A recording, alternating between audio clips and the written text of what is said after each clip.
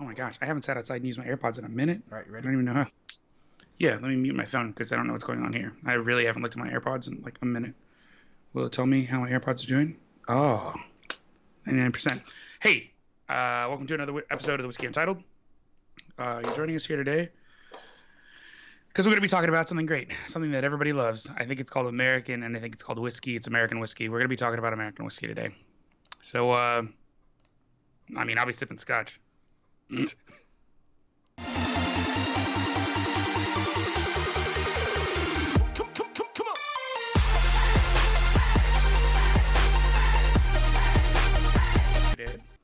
Hey, Greg, what's up, man? Hello, Gregor. Hello. Yeah, what's funny is I think we're both drinking scotch today, even though we're going to be talking about We're going to talk about American whiskey, but I can't help it. So this is Tomatin 30 That's one that was sent to me tiny-ass by Glencairn, man. Scotch in the City, and this is Johnny Walker from 1956. Blue or just regular black? I get the feeling it's black, just based on the how it smells. Damn, I'm probably just gonna finish all this 21, bro. Sorry. Yeah, Scotch in the City. Thank you so much. I know you guys don't watch the show. Of all the shows not to watch, I know they don't. 12, what's going on? Hey.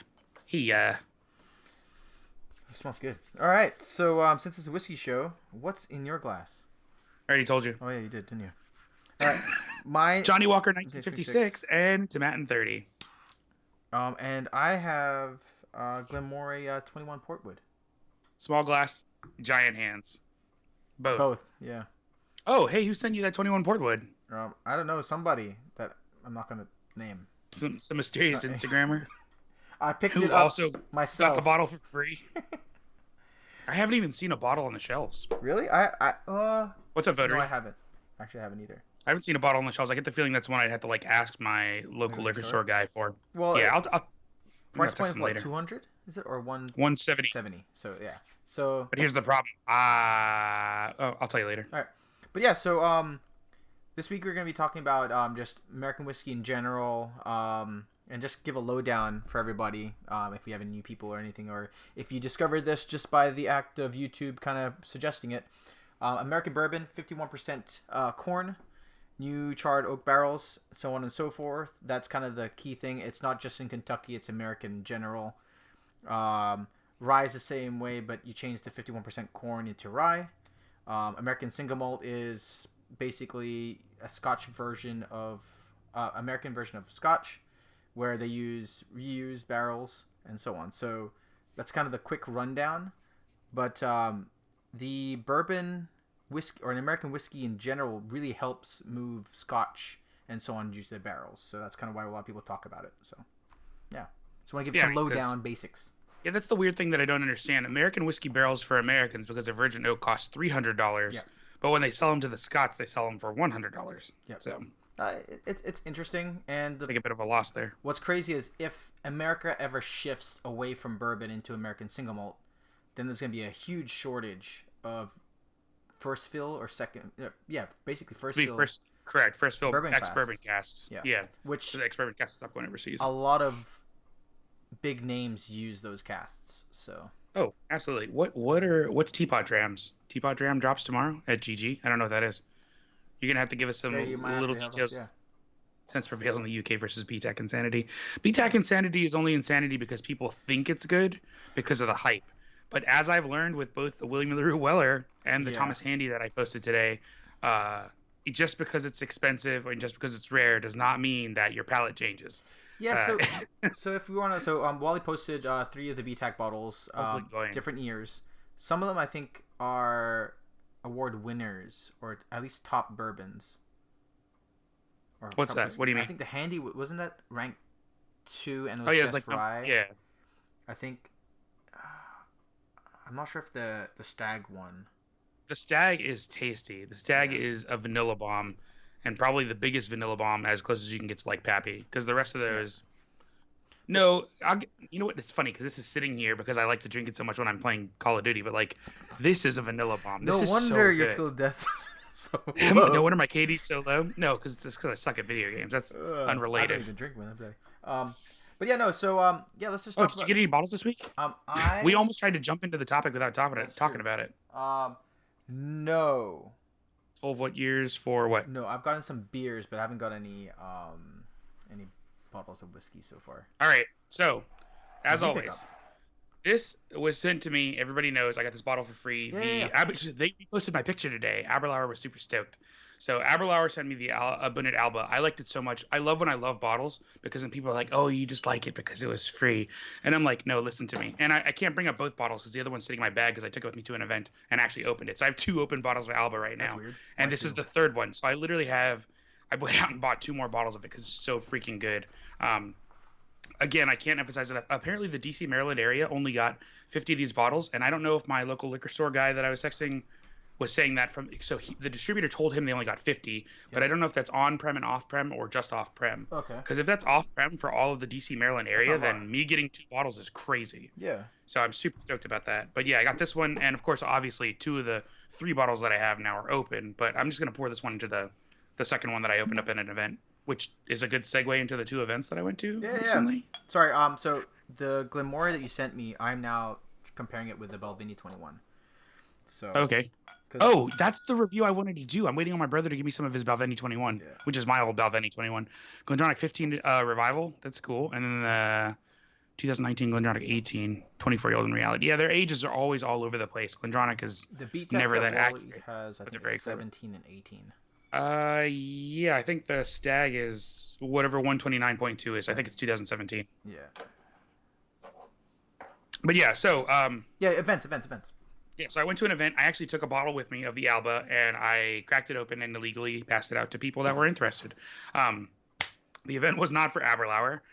Bourbon 007, if you guys have seen him on Instagram, I don't really know him very well, but he invited me to an event, so I went up in Baltimore, and it was an event that was essentially sponsored by Sagamore Rye, since I have some of their stuff, and and Joseph A. Magnus.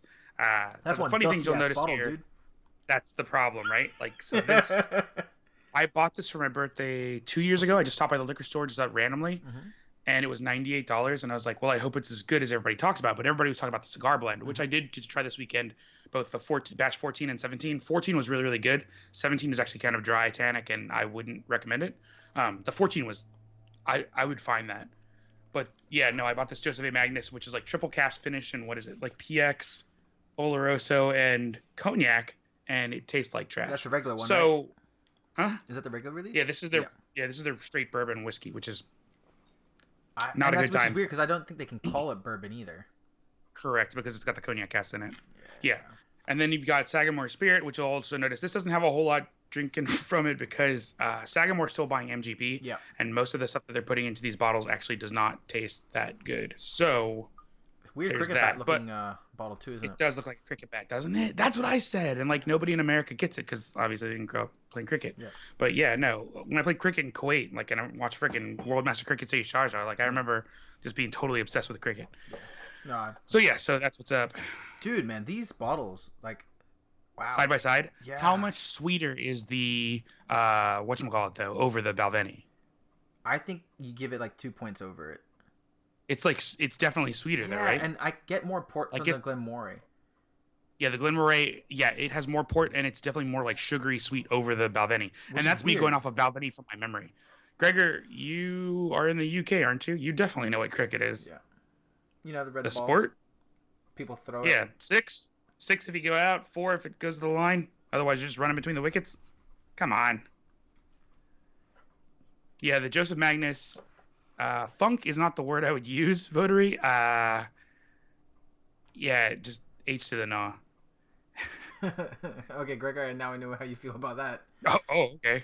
That's why they have the 2020 now. The short games. That's why you got European handball. You got other options. You got High Life. You're really into that, whatever.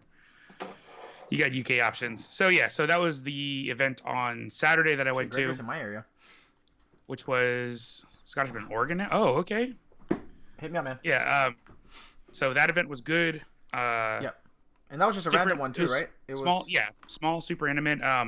He invited me. It was like maybe 25, 30 people there with the ambassadors, and it wasn't like too crazy. The food hors d'oeuvres were good, and then I had a good talk with him afterwards about how brands need to pay for everything. So yeah. And then I went to an event yesterday, but I don't have any bottles from that because they sold out before I was even there. Wow. But I did get a lead on one, so Daily Dram is helping me to get a bottle. So tomorrow I'll be sending him currency or in exchange for a certain bottle from a certain company. That's awesome. Whatever. So you went to an Old Carter event. Yeah. So, and the reason why this topic today is because at both of the events we're talking about American whiskeys. So Yeah, it was all American whiskey. So Old Carter. So like if people don't know, a little bit of you got a little background. So I actually didn't know anything about Old Carter at all. So it's run by Mark and Sherry Carter, who are Four Roses most underrated. No, disagree. But I don't know how they put so much investment in yeast. And Votary, yes, it tastes like feet, which is a lot like Jura 30, which is a whole different issue. So Mark and Sherry Carter started Old Carter. If you guys have seen their bottles, I've never seen their bottles on the shelf, and I didn't know how rare and hard they were to get. Oh no, I have seen some, but I haven't seen any. But yeah, I think just the regular releases. So they have their American 12 Batch 2. If that's near you, Charles, please talk to me, because I need more of that in my life because it tastes awesome. Yeah. So anyways, Mark and Sherry Carter. I didn't know that Mark Carter is super famous for wine. He got really, really big into wine like 30 years ago or something. And then him and his wife just decided that they, after 20 years in the wine game, they were just going to start doing some whiskey too. So they started making whiskey, and now they have a distillery in Louisville, and they're getting everything set up in Kentucky, and they know what they want to do. And they're working with a couple of big brands, and it's super, super awesome. So yeah, they're just really, really nice people making really, really good whiskey. And I think him bringing his wine palette to the whiskey game explains why their barrel picks have been so good. Because even the pick that I was drinking, the number 2, like when I first started tasting it, I was like, wow, this is really tannic. And it was a bit drying on the palate. And then immediately goes from tannic to like very, very bourbon corn sweet, very forward. And I was like, wow, this got really sweet really quick.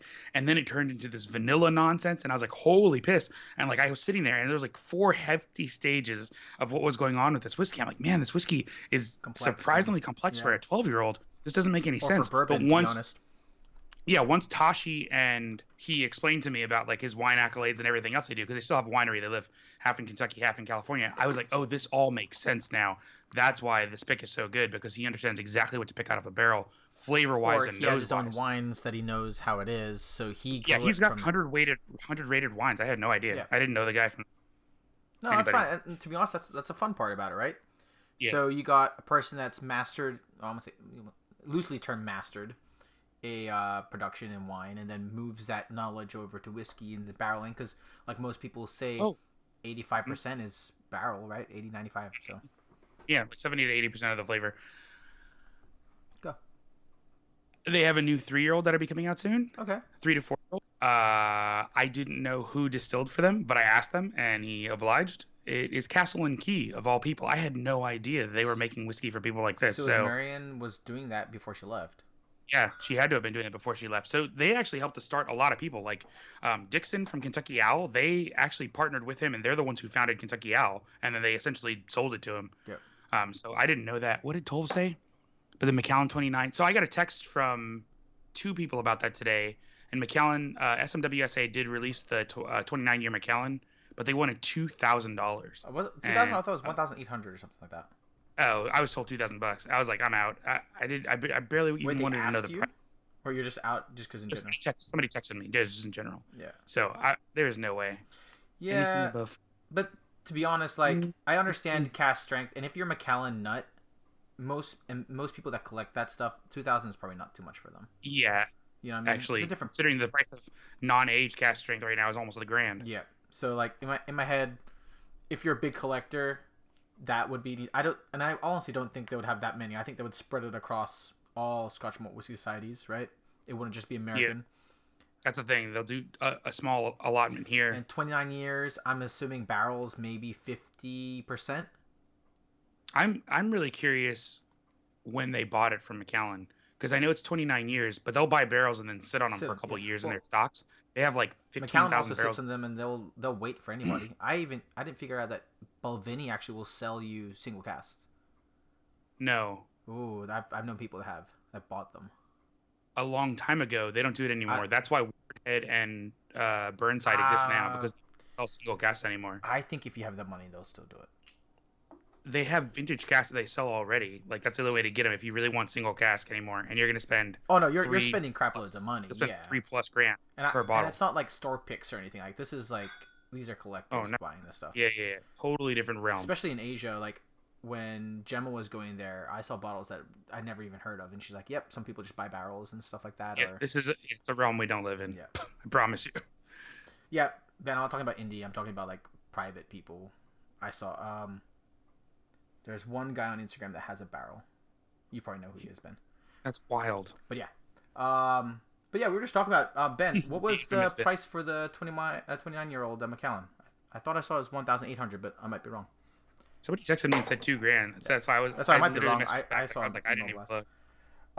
So topic American whiskey. As you all know, like I came from more bourbon background, then progressed into Scotch. Wally's kind of stayed in the Scotch realm. He's dabbled in bourbons, but he's not a big bourbon head. So let us know what you guys. I like bourbon. Sometimes it's not bad. You're not a big bourbon head. I'm not saying like that's what you focus on. There's a couple good bottles out there. But for us, we just want to kind of highlight some bottles, so we're going to start showing some stuff. Talk a little bit about it if possible. By the way, my brain is kind of screwy with the Glenmorangie and Bellavini. I don't know which one I like more. That's scary for me because I really like that 21. That Glenmorangie, I'm telling you, is good. Ooh, I thought. I'm not saying like I thought you were hyping it and all that stuff, but I'm like, no. How good? My brother's supposed to bring me a sample of the Balvenie 21 to do my own comparison. I've got it's an old bottle of Balvenie 21. And that would save me like $50, 6 or 7. $50-$60. Yeah, for something a little bit sweeter and a little bit more approachable. Oh man, I don't ruin you. I'm worried, man. I'm worried, but I'm glad. But if it makes you feel better, Balvenie 21, at least that's easy to find. This Glenmorangie is limited to what 5K bottles, 5,000 bottles. I bet you they're gonna increase that stuff if it starts flying off the shelf, man. Gregor, you gotta get it. You gotta dig into it. Town Branch. I've seen that bottle. All right, so let's go into. Do you got any bourbons on your hand right now? I think you. I mean, besides the one that I just held up. So I'm going bourbons, rye, and then American. That's how I'm gonna go. Oh no, I just brought the ones because I have the American. I have bourbon sitting here, so I can definitely pull up bottles for fun. So this is probably one of the most famous bottles of bourbon. Let's see if Wally guesses it. What's the most famous looking bottle of bourbon? Most famous looking bottle of bourbon? Yeah. Like everyone's, if you see it on the shelf, it's like no other. It looks like no other? Yeah. I mean, I really want to troll and say Jack Daniels. No. Which is technically a bourbon. Yeah. But what do you think? If it's a random weird looking bottle. I don't know. 1792 is random and weird looking. Oh, Bland's the Grenade. So like everyone hypes this up, great as a gift, but everybody else knew exactly what it was. Yeah, you can buy better juice. Here's that's my problem with Bland's. Is it good? See, man, why did everyone else get it and you're like, I don't know. Because it's just okay. I barely think of it as a bourbon. I think of it as like a mouthwash. I'm talking about unique bottle. But anyway, Bland's, a lot of people like this stuff. I prefer the gold more than this one. A lot of people prefer it because cast strength, right? No, that's a single barrel one, but there is. Is it the green one? Yeah, the green ones. I think that's black is Japanese. I thought gold was straight from the barrel. No, straight from the barrel is brown. It's a brown label. Oh, we went the brown. But label anyway, if you can find a single barrel one, pick that one up. It's harder to find. I think it's outside of the U.S. But Bland's easy pickup. They were. If you can get it under, I think it's like $50 now. Yeah, it's like $60. But then I've seen people buy these and sell these for like $80+, which is way over what it's supposed to be. But it's a good bourbon. It's not something that's gonna be complex or something that's gonna wow your palate, but definitely a good standard baseline bourbon. Hey, be honest, man. You can be as. It's bourbon. And then for me, go ahead. We go. And I know this is one that me and Wally argue about all the time. Is my next. I only have 2 bourbons that are sitting here immediately, so I don't know which one you want me to talk about. I like both of them. Problem. I'll just throw this up since it's weird and it's different. This is 100% corn bourbon made in New York from Brooklyn Distilling. I've talked about these guys 1,000 times. I just enjoy what they do through their process. I found out it actually has to do with the way that they distill and to the proof that they distill to. Okay. I've been talking to the owner quite a bit because I've been really, really curious about how Brad is doing what he's doing over there. Damn, it's Caveman. And one day I sat down and I had this giant conversation with him because I was like, what is it you're doing differently in your process that makes me like it so much? Like there's something you're doing so it's that not, I don't it's understand. not the mash bill, it's a process you're thinking about. I really do think that it has to do with what he proofs it up to when he's doing his second distillation. So does he can you explain, does he lower proof to put into barrel? No, it's a lot higher. It's almost like when they do grain whiskeys and they bring it up like super, super high. in the So proof. he does Like, the water after then. yeah. I think he's distilling like crazy high proof, Because I know a lot of. and I don't know how that changes it, but so it reminds me. You know how like the High West Yeah, yeah, Light yeah. had like such a light flavor and so vanilla and almost like a grain. I think this is a lot like that. I Okay. think that's why I like it so much. So no, I know you're gonna bring out Michter's bottle in a bit, but I know that Can we move to rye? they put in the barrel lighter, a lower. Correct. Low barrel entry proof for short term, Yep. from what I understand, is fantastic, up to like 6, 7, 10 Interesting. years.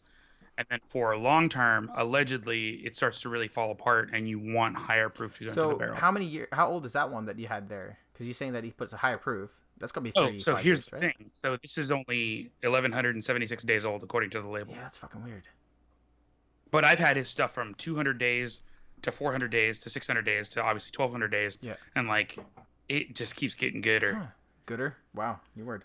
Gooder. Scotch Votary, Traverse City. They just did a tasting with JP Bourbon. I just saw Said in the I haven't had Instagram. anything there. Gold is 100 proof. Oh, okay, that's what it is. Thanks, Dolph. Whiskey. And then for me, Wally will disagree, but this is my gold standard. Old Forester 19. Ugh. Easy to find. What bourbon should be. This is my gold standard for everything. That's not bourbon. That's God, what if I I knew, think. Like my what ranking should what be. you think of when you drink bourbon. Yeah, man. I mean, easy drinking. Not too sweet. Not too oaky. Jack Daniel's single barrel. When I think of just like your average American, plain, easy to get, always on the Single shelf. barrel, easy to get. I can't find that all Everywhere. the time on God, my it's shelf. everywhere. Really? Oh my gosh, the regular single barrel, it's everywhere. Alrighty, so that's basically our bourbon. So 51% corn. Great investments for 100%. the Scotch people. That's why you see a lot of Scotch companies purchase bourbon companies and so on to buy their barrels. So just a little bit of tidbit. Thanks. Kevin, you said Four Roses 2016 limited release. Somebody sent that to me. That's Four Roses LE, and it was surprisingly good. It wasn't like knock your socks off good. Like I wouldn't throw it for my best American whiskey ever tasted, but it was pretty good. Kevin, what do you mean by Northwest single malts? Like Northwest U.S., like Pacific Northwest? I just think we just have more. Friends. I just think we have more distilleries. That's all.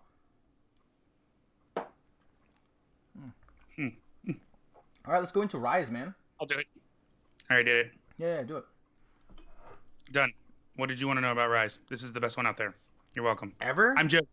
This is not the best In my one head, out I'm there. like, I got the single barrel, man. Like, come on. If we had to go by best drink? American rye that's being produced right now, that's fantastic. That tastes amazing. That's easy to find, and that's super good. You already know what I'm going to say. No, that's good, Pikesville, but that's not it. What is it, man? Yeah, I can tell. I can tell by the top of the That's label. why I'm like, this is easy. That's not it. That's not the but best. this out is there. kind of my easy Pikesville to is find. good. Easy to It's very- find. Great whiskey. Great Gregor, rye. if you don't like rye, listen to me, because I don't like traditional I rye, do like traditional midwinter rye. night dram. Those nasty rye spices, you can take those, put them in a trash can with the fish that it goes I bought on. this just for you. You can put that in the trash can. Go grab a bottle of Wilderness Trail. I can't find it here. Ooh, I told you I can't find it's it 'cause here. I keep buying it. Huh? It's because I keep buying it. Um, There are 3 local stores I know that have barrel picks, and I'll be picking Thanks, up Dashi. one of them. Trying it, man. Trying Don't let him grow that mustache. He looks like he's gonna steal children. it. Wow. Wow, you went there. But yeah, no, I do like Midwinter Night Dram. Sadly, they don't make this over at High West. So it is. I mean, they should just stop making it. Period. Oh man, I so like this. Oh man, it's so good. What do you like about it? You like the taste of dill? You like the taste See, of and nasty so rye? that's what. rye So, being Asian, I don't get a lot of dill in my food palette when I was growing up, so I don't get too much of the dill. I kind of my brain kind that's of passes it by. Like I know what dill tastes like. I get a lot of my foods now, but like for me personally, strong dill I can't stand. But with whiskey, with dill and whiskey, my brain kind of moves it to Gross. the left and then focuses on other things. Gross. Wilderness is not anywhere to find in the Pacific North. Is that really? I can't. And not find available it. in Florida? Nuh-uh. It is all over here, and like That's it why, is like, freaking. you're saying stuff, man, but I can't find it. Wilderness Trail is the freaking jams. Like it is so good. You keep Low saying barrel it, man, entry- and we can't try it, so it's not good until we try it. Well, your Christmas gift. There you go, bud. Everybody who's a Patreon, I will get addresses from Charles, and everybody who's a Patreon will get some Wilderness Trail for Christmas. Damn. Period. And I thought we were gonna do something else, but okay. Let's do it. I mean, like, we got to get it out soon. It's already. I know. I mean, Thanksgiving is literally a day away. So do you have any other ryes? Because that's all I have. Oh, Journeyman! I bought one of the Journeymans. That's made in like Detroit or something. Where's mine?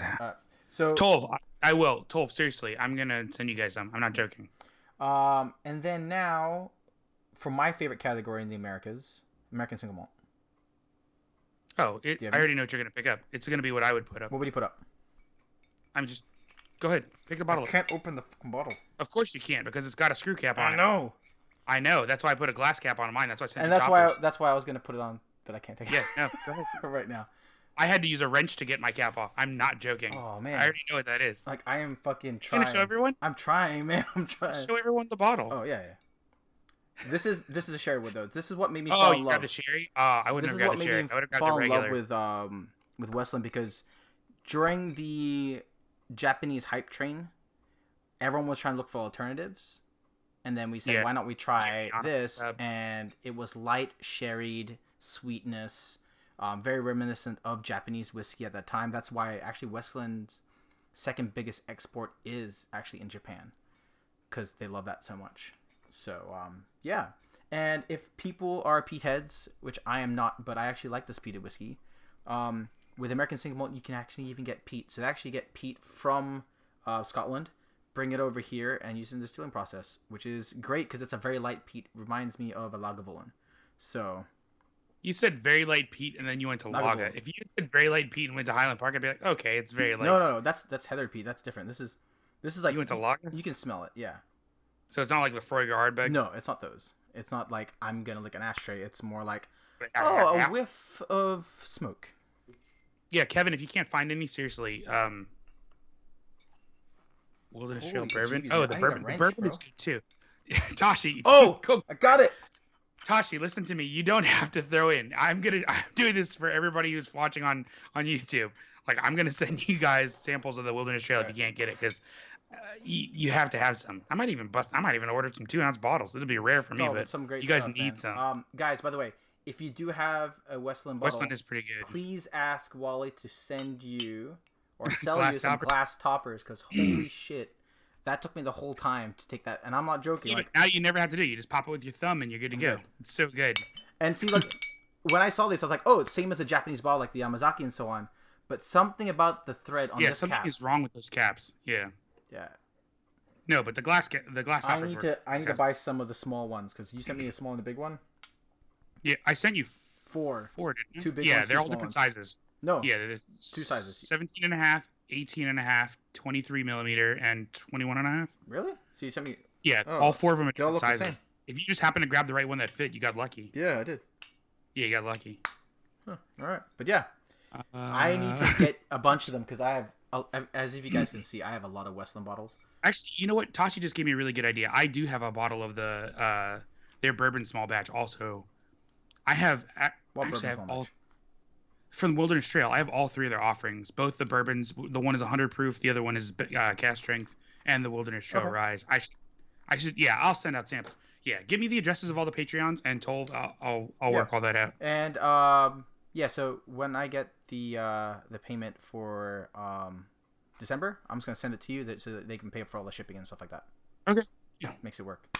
So that's where your money goes to, guys. With that. All right. But yeah. We're at 28 minutes or so. We're almost done. But yeah, let us know what your favorite American whiskey is. We would love to know, because, as you know, we don't know a lot of them, and it seems like Wilderness Trail is only available on the East Coast. So if you guys have something like that in your area, in your state, or in your country, let us know. I mean, next to Wilderness Trail Rye, I'd say Michter's Barrel Proof Rye, only because it's made like kind of the same kind of way. So that's also tasty. So Kevin said best moonshine, and I was about to be like, it's going to be apple pie moonshine. Not the old smoky one, but there's one they sell at Costco, and I actually enjoy it quite a bit. It comes with a cinnamon stick in the bottom, and it's super good.